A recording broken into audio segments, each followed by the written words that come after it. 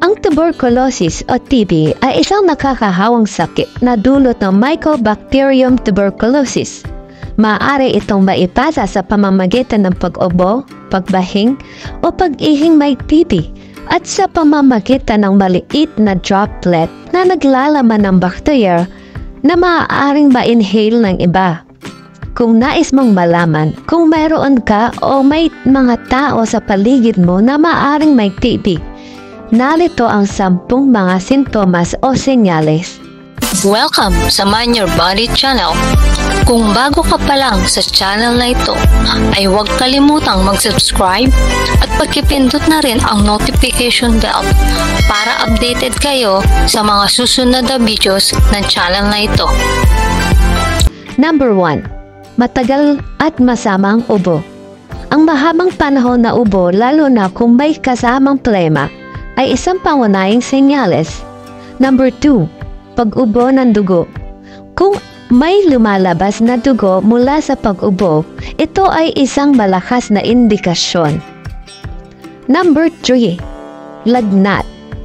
Pag laging may lagnat na hindi na-over sa mahabang panahon. Number 4. Pagbaba ng timbang. Hindi maipaliwanag na pagkawala ng timbang na may kasamang kawalan ng ganang kumain. Number 5.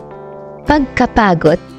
Kakaunti o walang dahilan na pagkapagod at kawalan ng enerhiya. Number 6. Paninikip o sakit sa dibdib.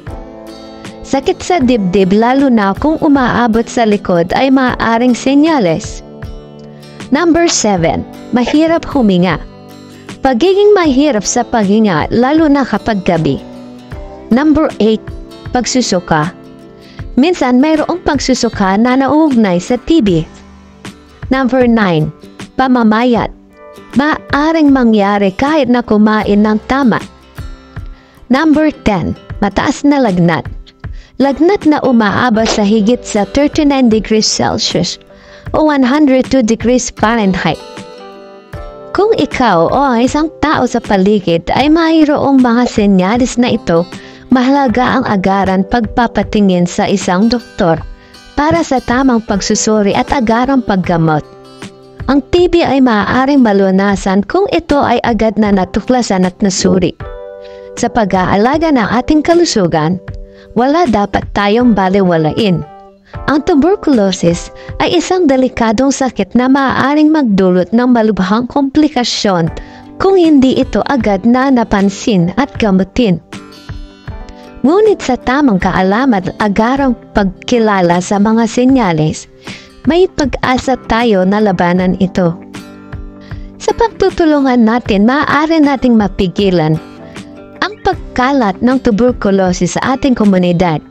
Maaari natin protektahan ang ating sarili at ang mga taong malapit sa atin sa pamamagitan ng tamang impormasyon at aksyon.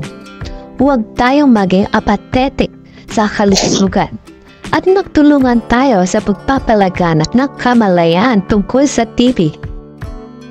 Huwag kalimutang mag-subscribe at i-like ang aming channel para sa iba pang impormasyon tungkol sa kalusugan at mga update. Maraming salamat sa pagtutok at pagkalinga sa inyong kalusugan. Ingat kayo palagi at mabuhay tayong malusog.